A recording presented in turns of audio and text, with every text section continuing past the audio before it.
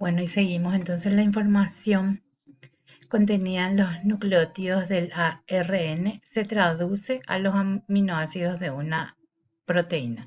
Como ya les había dicho, la hebra de ADN, una de las hebras, pasa la información a el ARN mensajero y este ARN mensajero que viene con la información genética del ADN viene a trabajar con el ribosoma.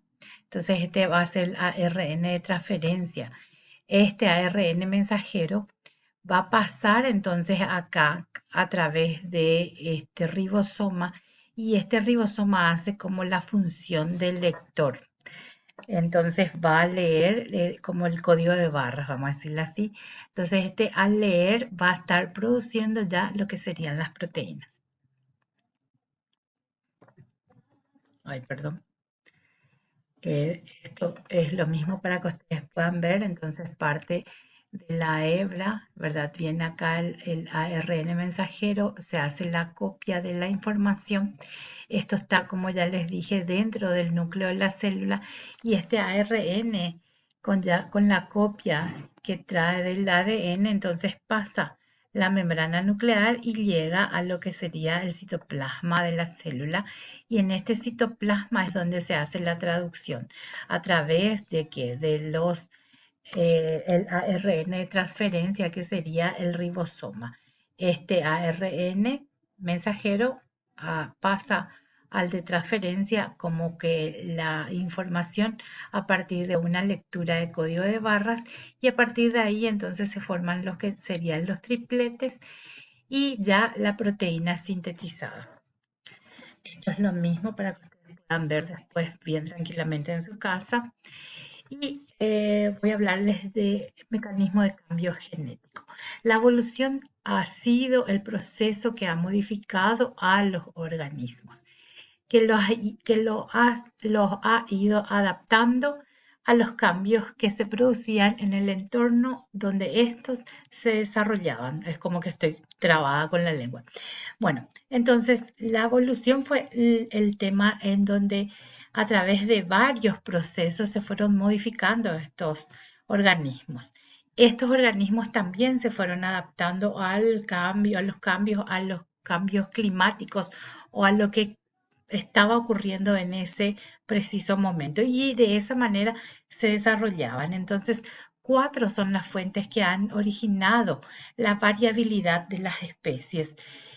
Esta variabilidad está contenida dentro del material genético y son, en primer término, las mutaciones, en segundo término, las reorganizaciones cromosómicas, en tercer término, los elementos genéticos transponibles y el cuarto, la recombinación. Entonces, estas cuatro fuentes son lo que condujeron a esta variabilidad de las especies y eran los que tenían, ¿verdad?, el material genético. La evolución a través de los procesos y de los cambios que pasaron, entonces fueron reorganizándose, variando. Ahí entonces vamos a hablar un poco de lo que es la herencia. Los cromosomas. Nosotros ya sabemos que tenemos 46 cromosomas que tienen nuestras células. 44 son iguales en ambos sexos. Se agrupan en 22 parejas y se llaman autosomas. La otra pareja son los heterosomas o comúnmente llamados cromosomas sexuales. Un XX para la mujer y un XY para el hombre, siendo la pareja la que determina el sexo. El cromosoma Y es el más pequeño y contiene menos genes que el cromosoma X. ¿Qué es el cariotipo? El cariotipo es el ordenamiento de los cromosomas metafásicos. Esto estamos hablando en el punto de meiosis o mitosis y de acuerdo con su tamaño y morfología. Mediante el cariotipo se pueden analizar anomalías numéricas y estructurales. Si estamos hablando de los cromosomas sexuales, entonces vamos a hablar de la parte de meiosis. El cromosoma solamente tiene este aspecto durante la mitosis. Entonces, de esta manera le vemos durante mitosis. En esta imagen se tiene representado, dice, un cromosoma con sus partes más significativas.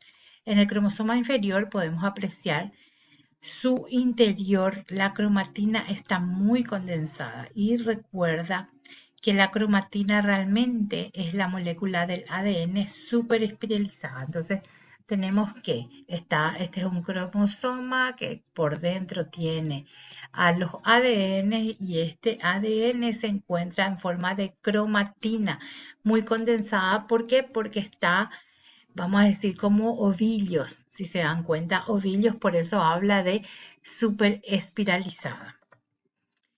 La teoría cromosómica de la herencia. ¿Qué habla la teoría cromosómica de la herencia? Dice, la teoría cromosómica de la herencia está considerada como una de las más importantes dentro también de la biología. En su momento supuso una revolución científica. En la actualidad, una de las ideas más aceptadas dentro de la biología es que los genes se encuentran dentro de los cromosomas o en los cromosomas, como ya habíamos visto en la figura anterior. Entonces, la importancia de la teoría cromosómica de la herencia radica en tres principios. ¿Cuáles son? El primero es que los genes son las unidades de la herencia que determinan las características de un organismo. El segundo es que los cromosomas están localizados en el núcleo celular y son los portadores de estos genes. Y el tercero, las dos leyes de Mendel se explican con base en los comportamientos de los cromosomas durante la mitosis. Entonces, estos son los tres tipos de principios que hablan sobre la teoría cromosómica. ¿En qué consiste la teoría cromosómica de la herencia? Las células no sexuales, es decir, aquellas que no son gametos de los seres humanos, presentan 23 pares de cromosomas. Son, por tanto, 46 cromosomas. Cada uno de ellos porta una serie de genes que van a ser el origen de proteínas vitales para el funcionamiento y desarrollo de la vida. De estos 46 cromosomas, 44 son del tipo no sexual o también llamados autosomas, mientras que los dos cromosomas sexuales son los últimos y son los responsables, de la determinación del sexo. Los cromosomas sexuales en los mamíferos son los cromosomas X e Y. Un individuo del sexo masculino tiene un par cromosómico sexual XY, mientras que el sexo femenino porta un par XX. Este par provienen de la fusión de gametos. Bueno, entonces hablamos de la herencia del sexo. Acá tenemos que la mujer tiene dos pares de cromosomas X y que es un homocigota, vamos a decir, y el varón tiene un cromosoma X y un cromosoma Y. Entonces, yo cuando voy a hacer la fusión de ambos gametos, sí, la mujer va a tener siempre cromosoma X. El varón puede dar a ambos tipos. Entonces, si yo junto a la mujer con este cromosoma XY, entonces si es que junté X de la madre y X del padre, voy a tener un cigoto mujer.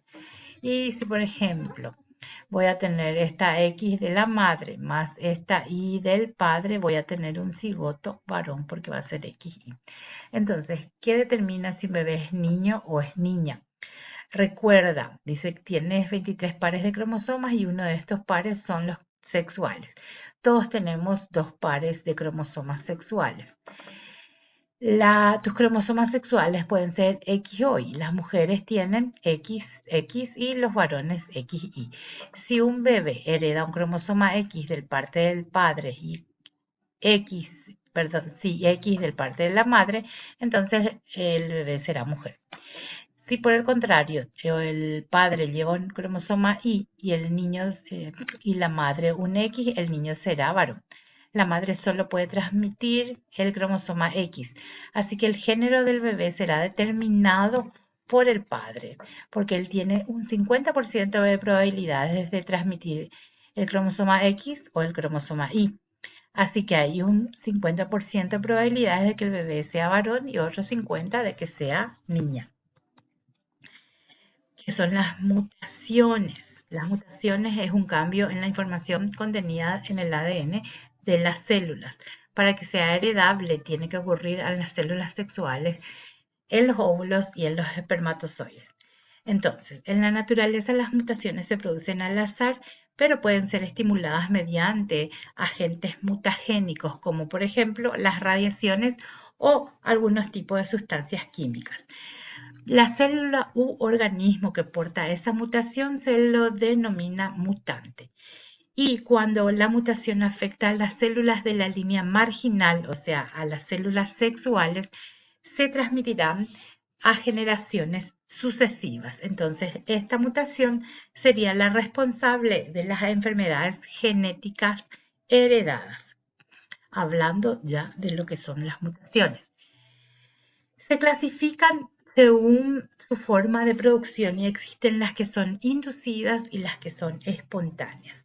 Las primeras o las inducidas son producidas por, como ya habíamos visto, agentes mutagénicos, como por ejemplo puede ser el tabaco, los rayos ultravioletas.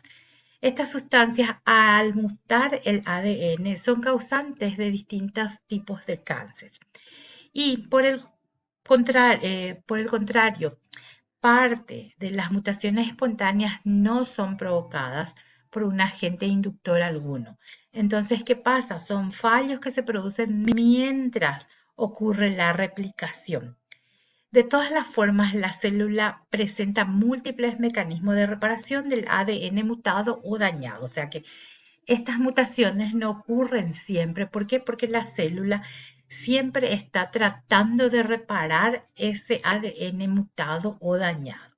Pero sí tienen que saber que tenemos estas formas, las inducidas y las que son espontáneas. Cuando hablo de inducidas es por algo. Entonces, cuando puede ser el tabaco o los rayos ultravioleta. Entonces ahí nosotros hablamos de que pueden ser mutaciones que causan esos cánceres. Entonces, a lo contrario, sería cuando no existe ningún agente mutagénico, pero sí puede ocurrir. Entonces, en ese proceso es que existió un fallo en esa replicación del ADN.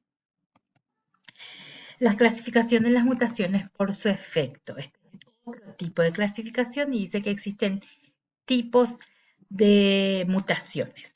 Las letales causan la muerte, las deleterias si existen el valor adaptativo del individuo y están las beneficiosas, las morfológicas cuando afecta a la morfología, o sea, a la estructura, a la forma del organismo, y las bioquímicas cuando afectan a genes que codifican para proteínas implicadas en el metabolismo de alguna sustancia y resistencia a los antibióticos. Entonces, estas clasificaciones pueden ser según el efecto, letales, deleterias, beneficiosas, morfológicas y bioquímicas. Bueno, voy a cortar para terminar, ya falta poquito.